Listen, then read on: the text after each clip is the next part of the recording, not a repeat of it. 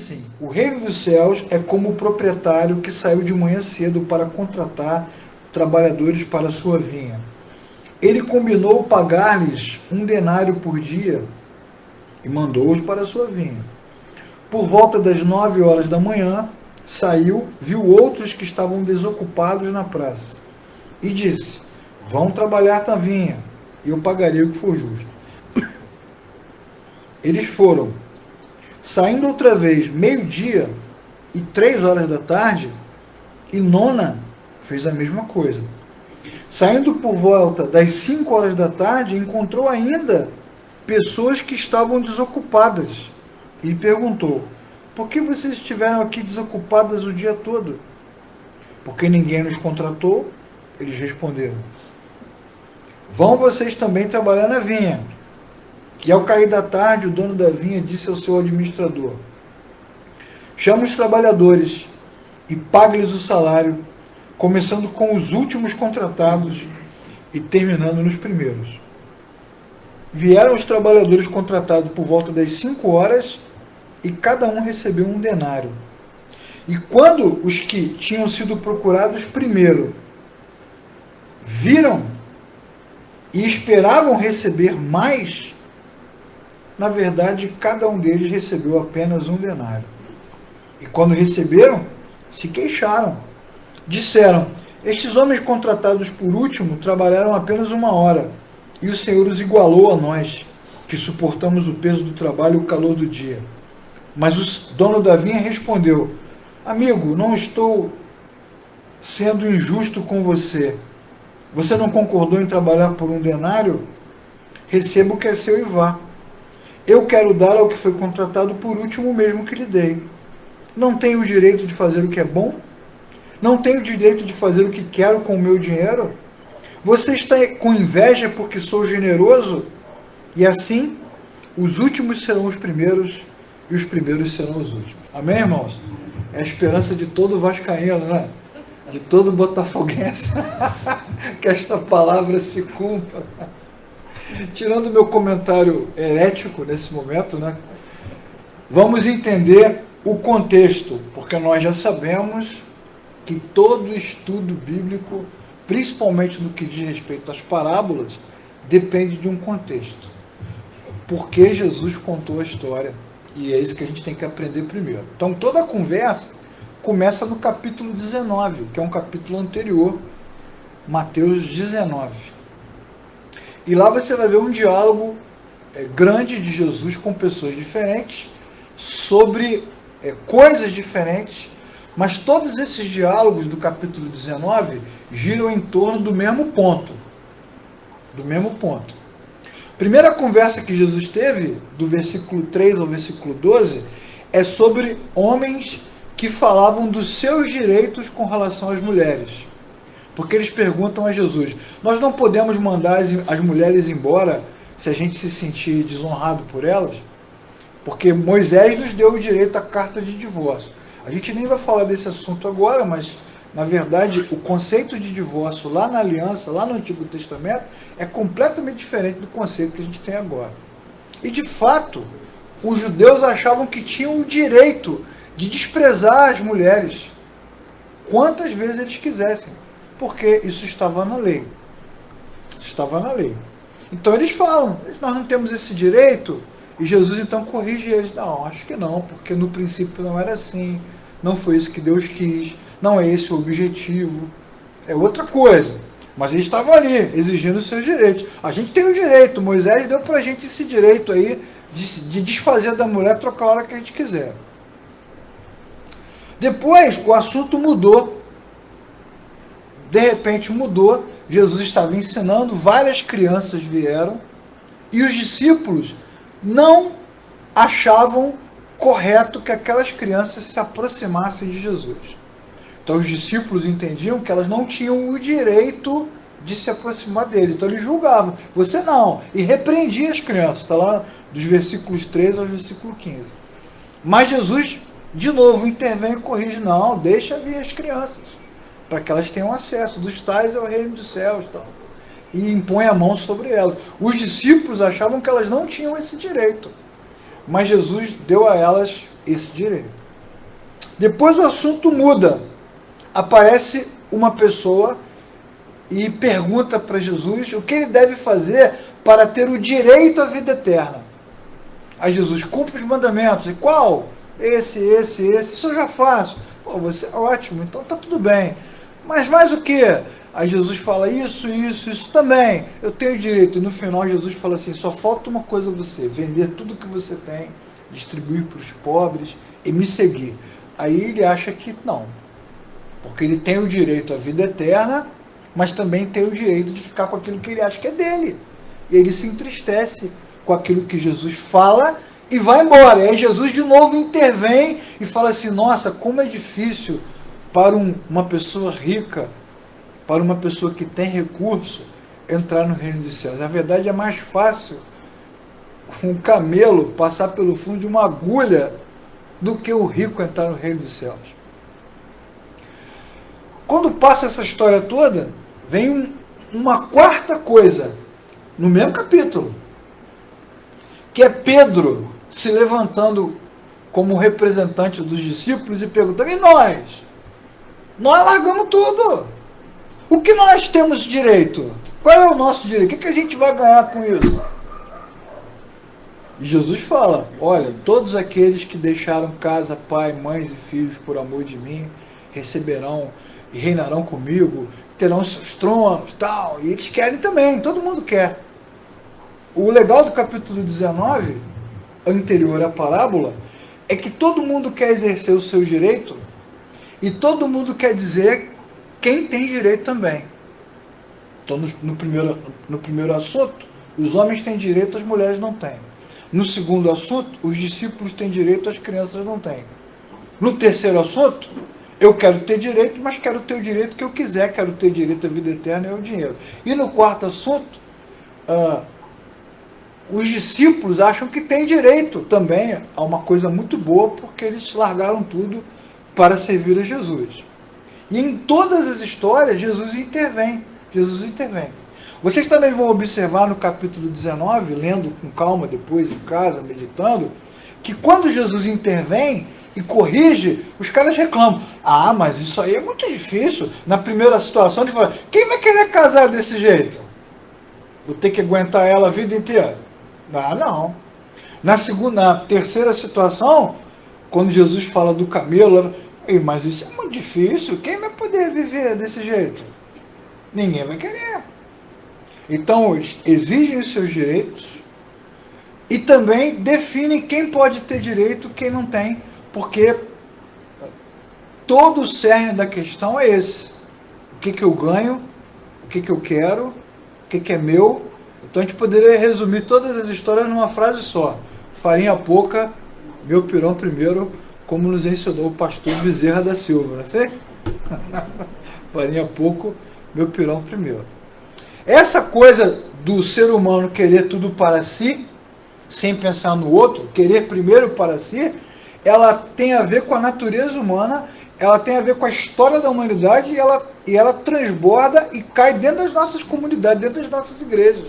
Os louvores, as orações, os ensinamentos, tudo dizendo o que a gente tem direito. Até as músicas, né? Tudo que Jesus conquistou para nós é direito nosso. A gente quer ficar exigindo o que Deus tem que nos dar. E isso, irmãos e irmãs, é resultado de uma teologia equivocada. O que é a teologia? A teologia é a maneira como nós percebemos o que Deus é, o que Deus pensa e o que Deus deseja. Isso é teologia. É a maneira como nós percebemos, a maneira como nós entendemos o que Deus é, o que Deus pensa e o que Deus deseja de nós. Isso que é teologia.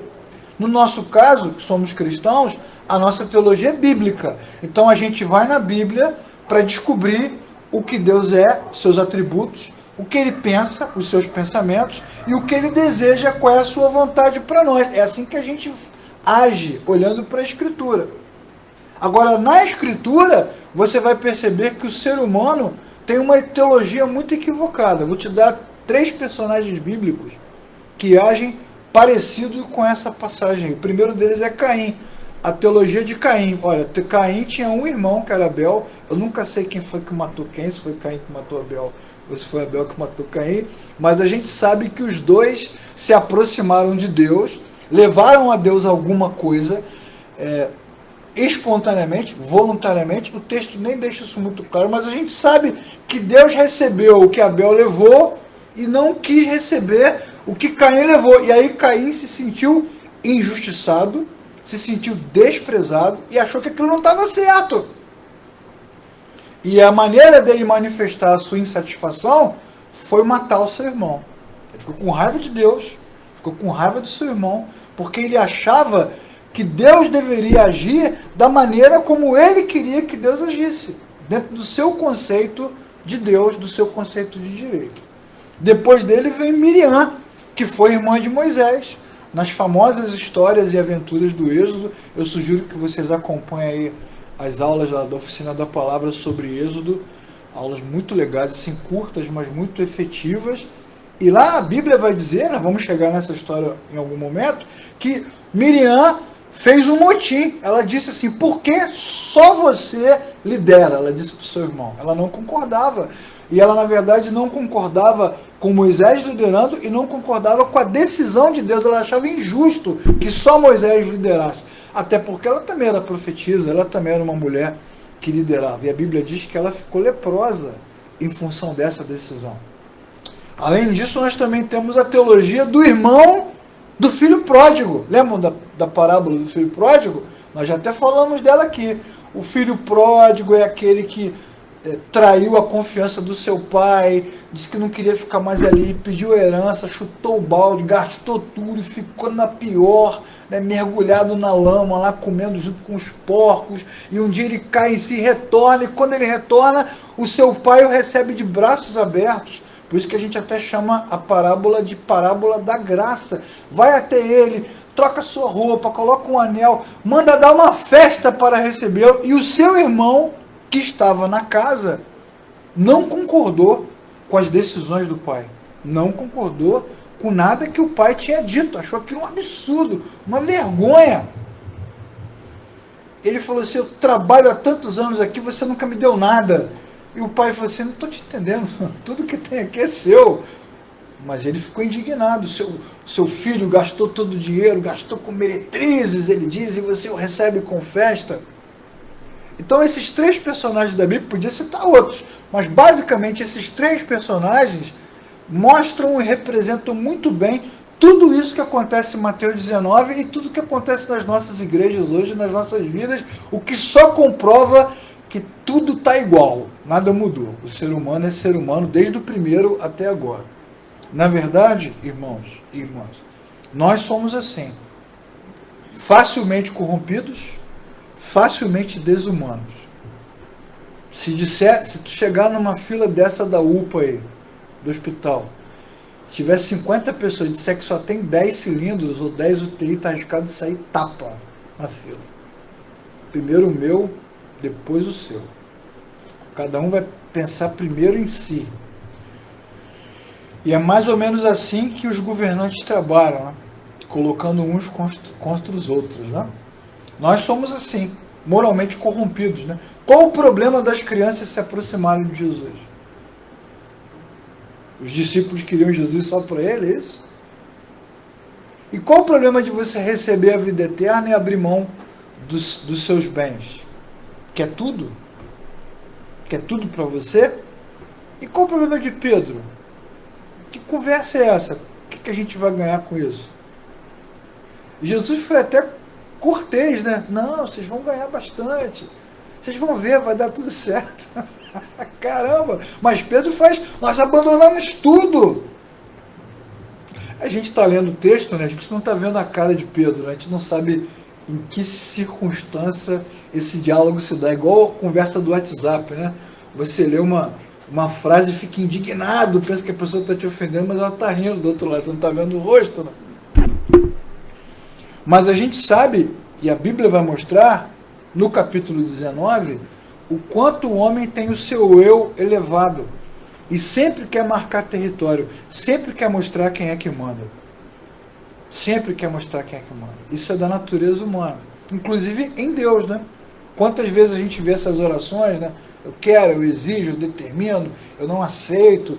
Eu já vi isso tantas e tantas vezes na minha vida, eu perdi a conta, né? Os irmãos contando os testemunhos, né? Os testemunhos, né? Os terrormunhos, dizendo, naquele dia eu disse para Deus, eu não aceito, faça agora! Dando comando, né? Isso mostra a mesquinhez, o preconceito e o egoísmo do ser humano. Muito preconceito. Jesus ainda fala, as respostas de Jesus são ótimas. Mas Moisés nos deu a carta de divórcio, deu, mas foi por causa da incredulidade. Não foi porque era certo. Não tem a ver com a ordem em si, mas com o clima, né? Com o clima todo.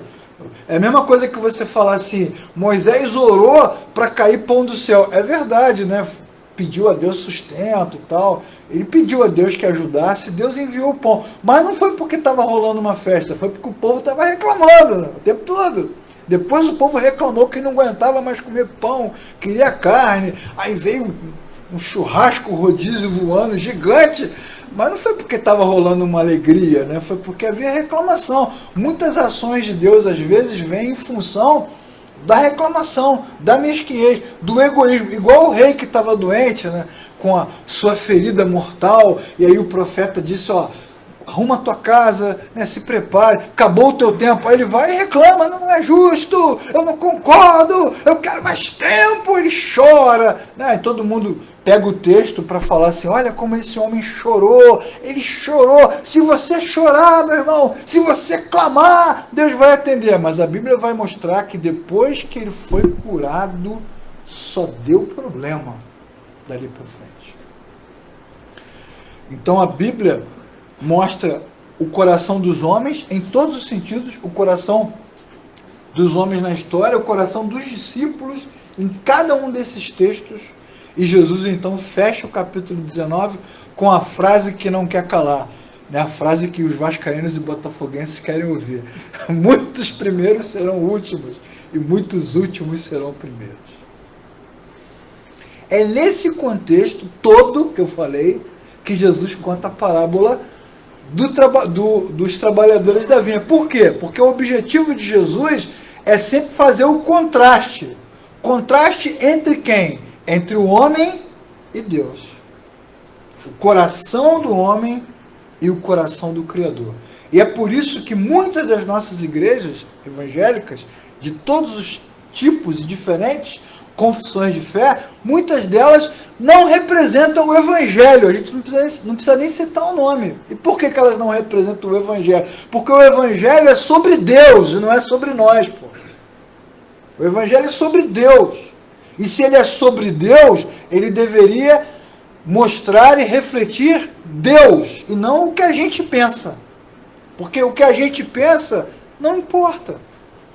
Nesse sentido, é muito assertivo o texto. Jesus vai contar uma parábola para fazer o contraste. Então você já sabe que o trabalhador da vinha somos nós, e que o dono da vinha é Deus. E aí Jesus agora vai te contar como é que funciona no reino de Deus. Vocês não leram comigo o primeiro versículo? Primeiro versículo do capítulo 20.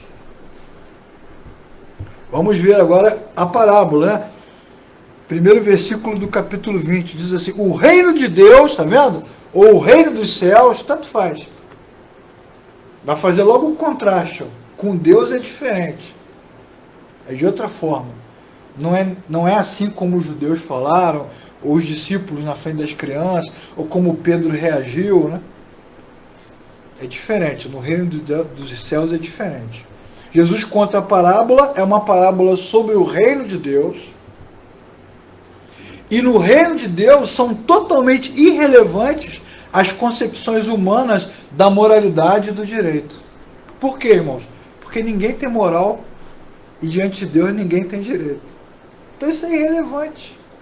Viu como é que a parábola é interessante? Tem os caras que começaram a trabalhar 7 da manhã e tem os caras que começaram a trabalhar 5 horas da tarde. E Deus os tratou o dono da vinha, no caso, né, os tratou de igual forma. Isso, na nossa concepção, é inaceitável. Mas o reino de Deus ele é diferente. No reino de Deus, a graça de Deus é o fator predominante. Que é diferente de justiça. Ok?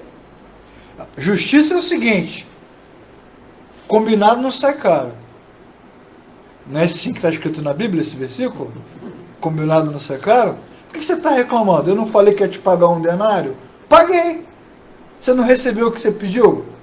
Combinado não sai caro. Isso é justiça. Graça é outra coisa.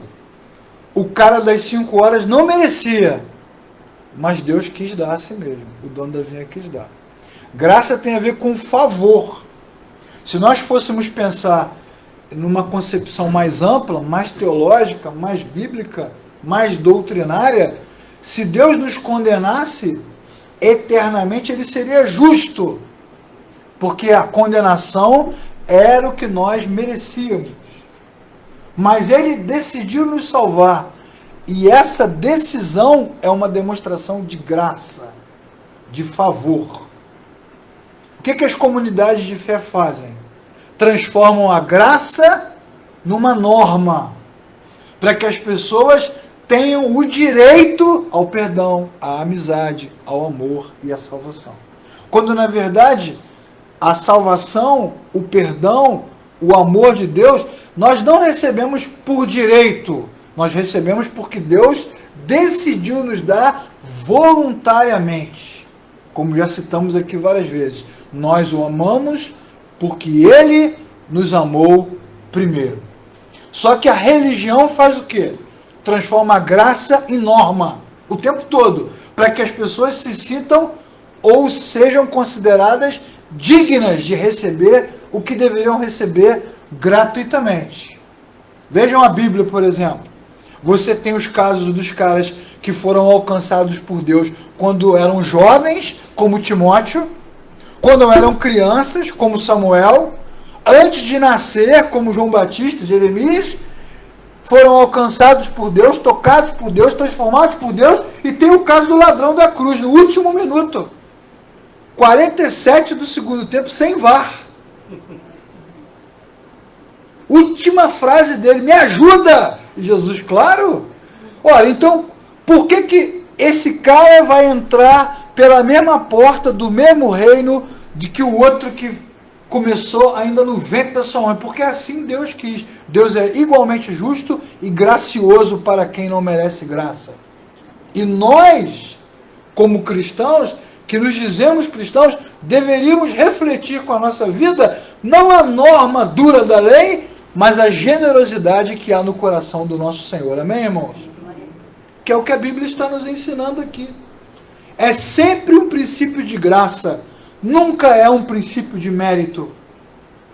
Porque no caso número 1, do desprezo à mulher, no caso número 2, das crianças, no caso número 3, do rico, no caso número 4, de Pedro, no caso de Caim, de Miriam, do irmão do filho pródigo, todo mundo diz que tem mérito e desqualifica o outro.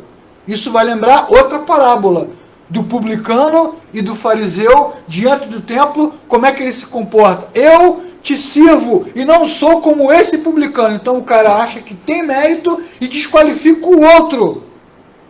Mas do reino de Deus, ninguém tem mérito.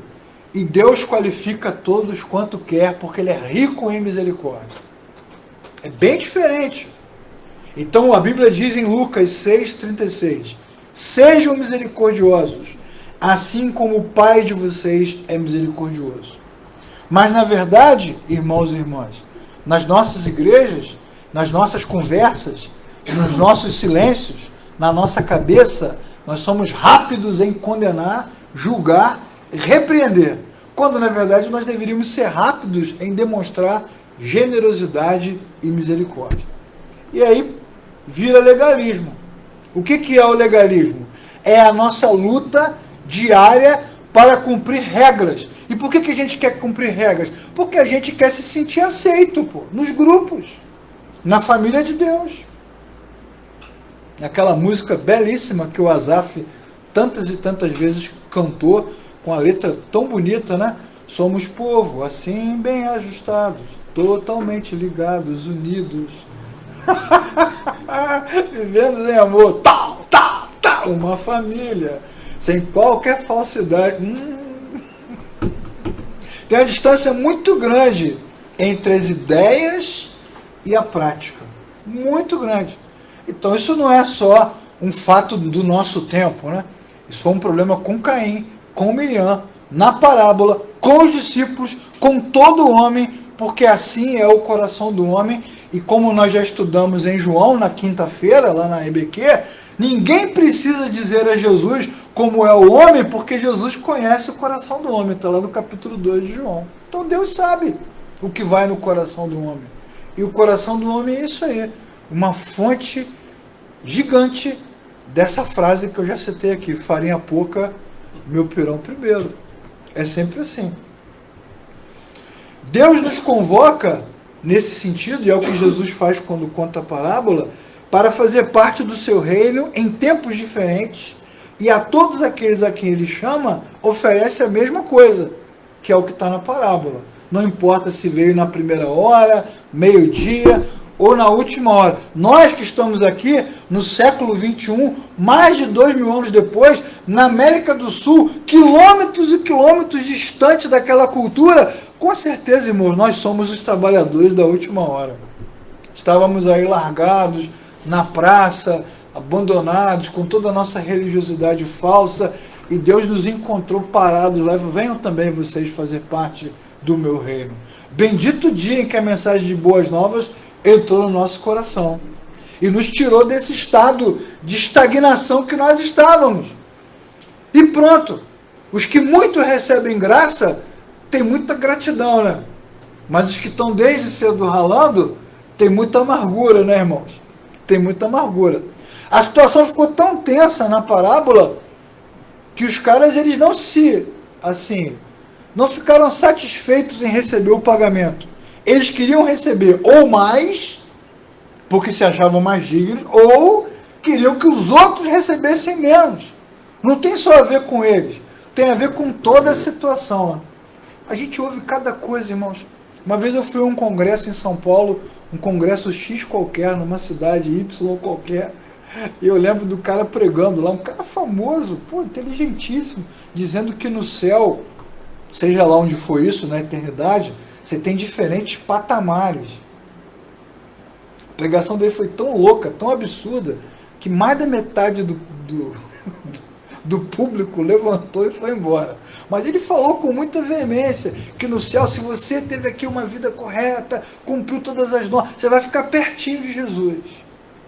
Mas se você andou todo errado, tal, você vai ver Jesus de longe, vai precisar de um binóculo para ver Jesus. Falou. Eu poderia estar exagerando, mas eu estava lá. Eu sou um pouquinho exagerado, eu assumo. Mas falou.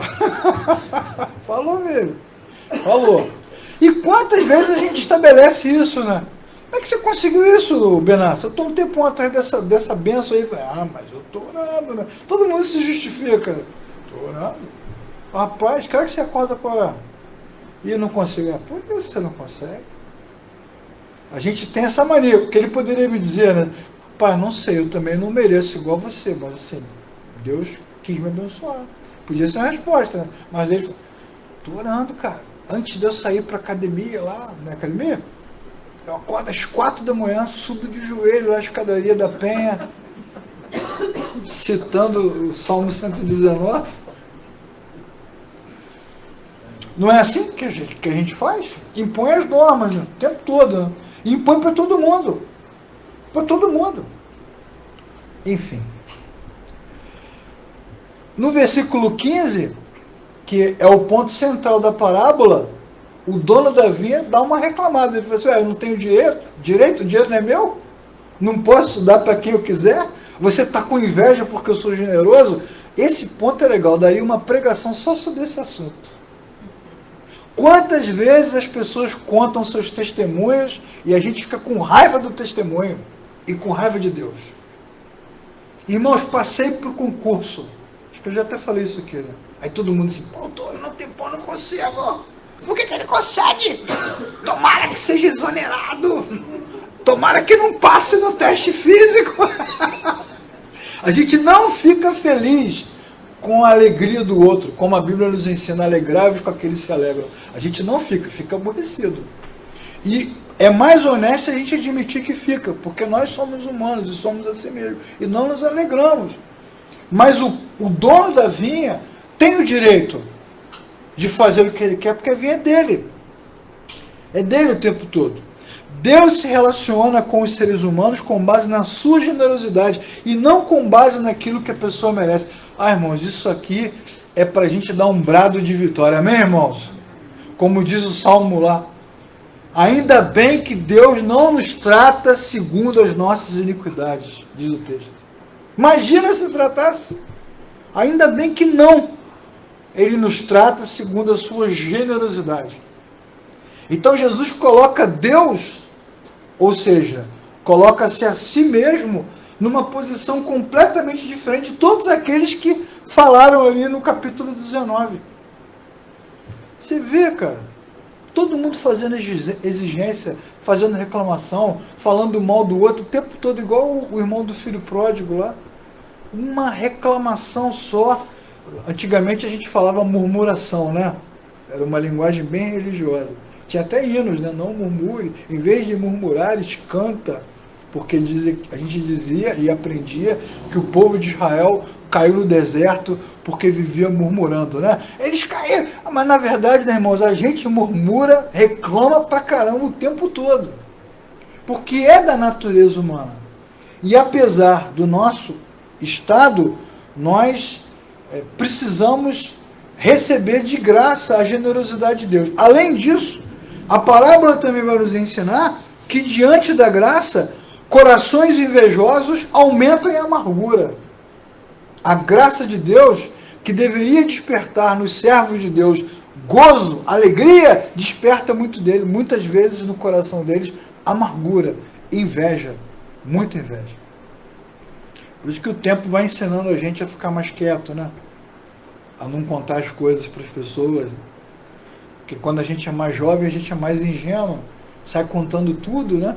Pensa que todo mundo está a favor, está te ajudando, mas o cara está ali, está te secando. E olho grande de crente não é mole não, irmãos.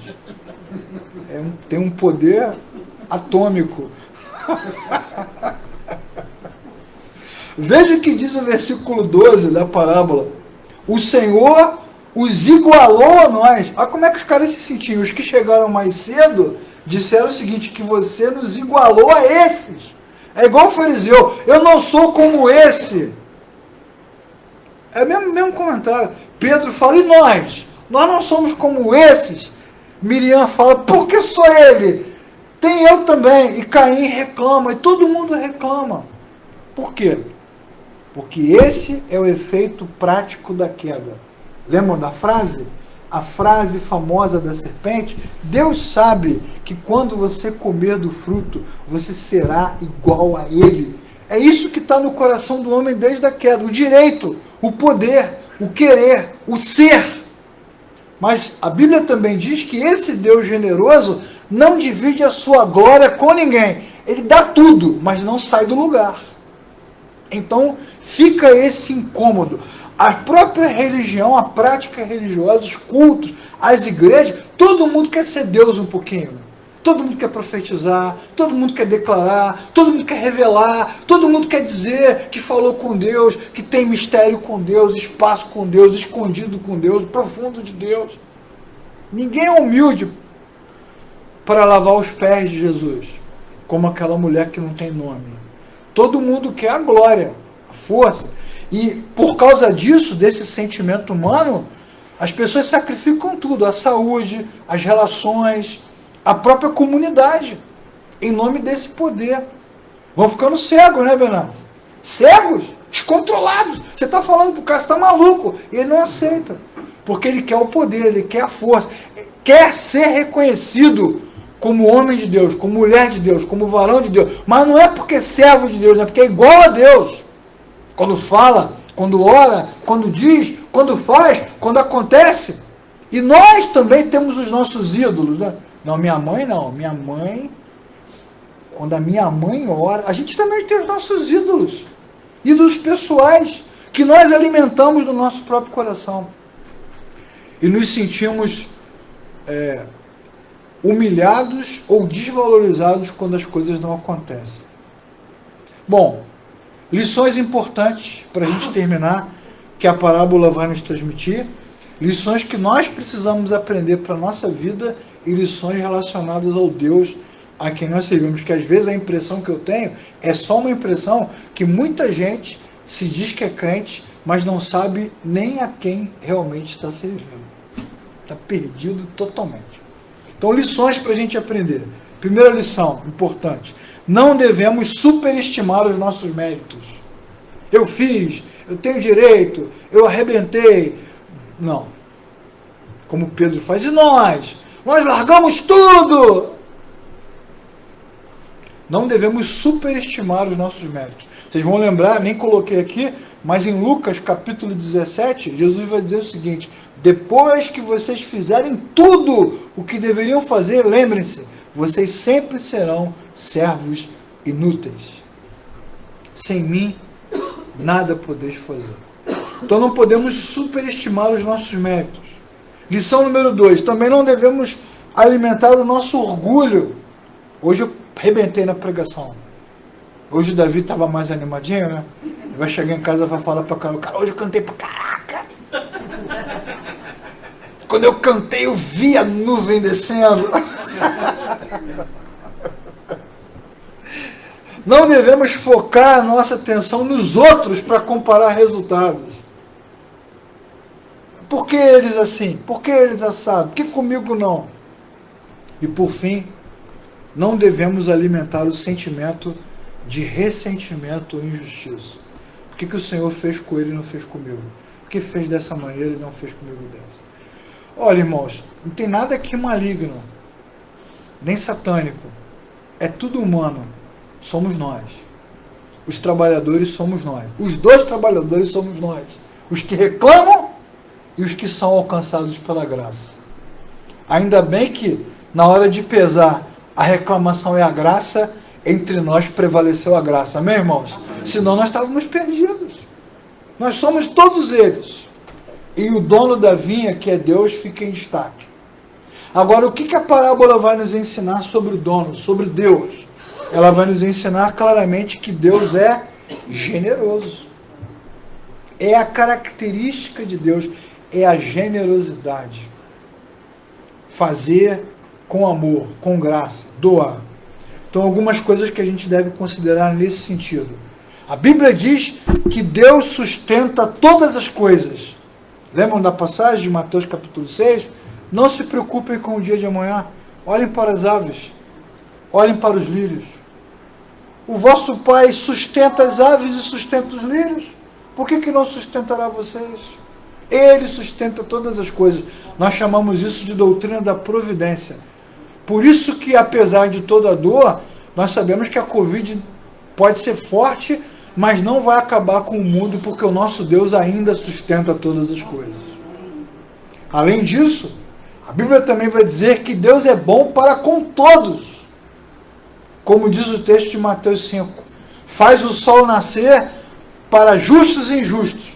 Faz a chuva cair sobre bons e maus. Então todos, crendo ou não crendo, todos são abençoados, porque Deus é bom para com todos.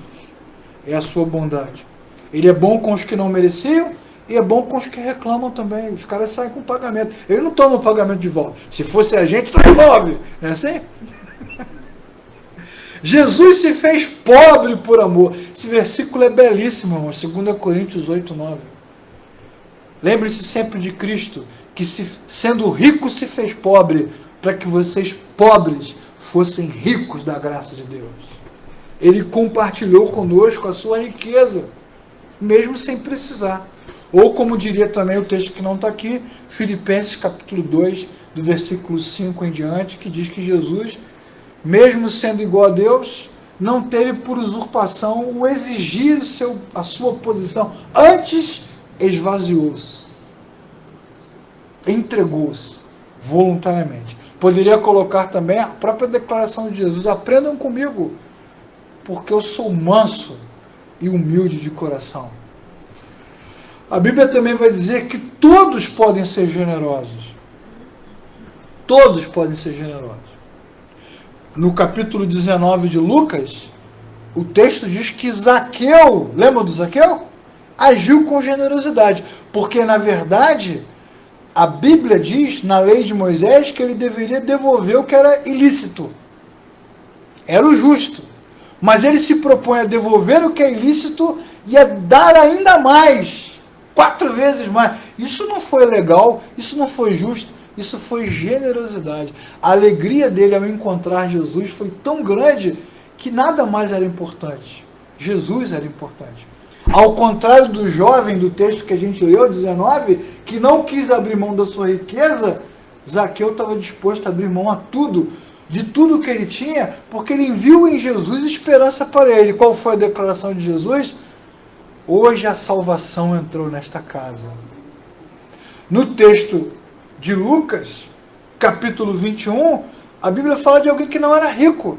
Fala da viúva, que era pobre.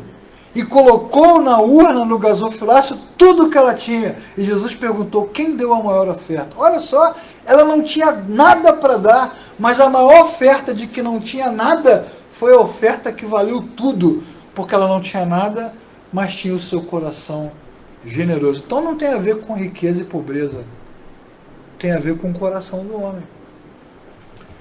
Por fim, irmãos, generosidade não é barganha. Não é? Alguns vão usar o texto de Malaquias 3,10 para fazer barganha. Trazei os dízimos à casa do Senhor e façam prova de mim. Não é assim que os caras pregam? Você não está trazendo dízimo, obviamente, você abriu uma porta na sua casa para que Satanás entre, não agora mais como gafanhoto, porque está atualizado, agora ele vai entrar como Covid, devoradora. Já numa versão contemporânea. E aí as pessoas dão o dízimo. Por que elas dão? Porque elas não querem que o seu dinheiro seja destruído, não querem experimentar a pobreza, a miséria, não querem ter falta, querem blindar a sua vida financeira. Os cursos são assim. Aprenda a blindar a sua vida financeira. Bênção financeira, tal. Aí o cara usa o dízimo e diz o que para você? Que se você der o dízimo, você tem o direito de exigir de Deus. Que direito nós temos, irmãos? A mesma coisa diz o texto de Coríntios. Aquele que planta, todo aquele que planta, colhe. Tudo que você plantar, semear. Então começa a se ensinar a famosa lei da colheita, lei da semeadura. Tem que semear. E todo mundo vai exigindo. Mas na verdade, os dois textos falam de outra coisa, irmãos. Os dois textos falam da relação do homem com o Criador.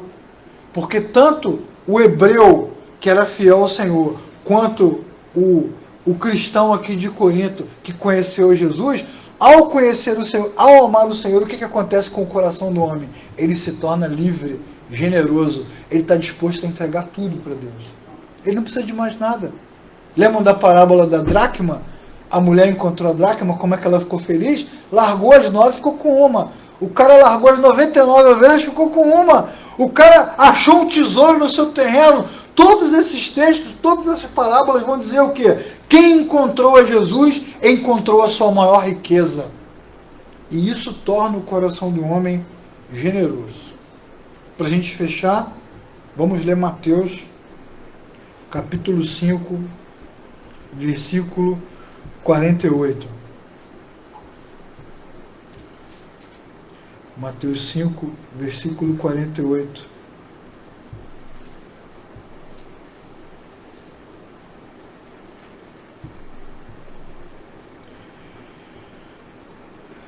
Que diz assim: portanto, sejam perfeitos, como é perfeito é o Pai Celestial de vocês, como perfeito é o vosso Pai. Que nesses tempos, irmãos, que a gente está vivendo de tanta dor, tanta tristeza, se toda essa circunstância não servir para nos humilhar, o que servirá? Se toda essa circunstância não servir para nos colocar no nosso lugar, o que servirá? De tantas e tantas coisas que podemos aprender nesse tempo, certamente uma das melhores é essa. Somos pó, não somos nada. Diante de um vírus invisível, estamos todos sujeitos à morte. Depois de entubados, então, tudo pode acontecer. Literalmente na mão de Deus. Portanto, se ainda estamos vivos, se ainda temos saúde, se ainda estamos aqui, talvez seja a hora de agir com mais generosidade.